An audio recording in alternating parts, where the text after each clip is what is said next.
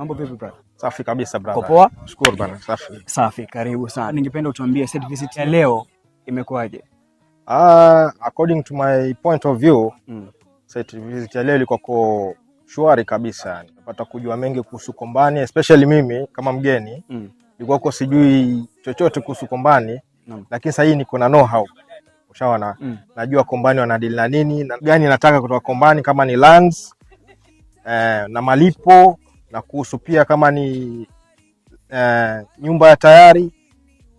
Najua zile process sasa nitafuatilizia vipi na nitamuona nani, mambo kama haya. Sasa tukiangazia hapo kwa malipo, labda watu wamesikia malipo wanaweza wakashtuka kidogo kwa sababu wameona vitu ambavyo ni vikubwa na ni vizuri zaidi. Kiupande wako, unahisi kwamba mwananchi wa kawaida anaweza kuinvest na Kombani kupitia vitu ulivyoviona?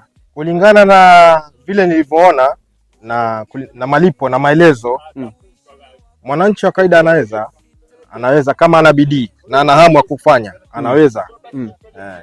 Yeye ni afike Kombani Homes apate maelezo zaidi.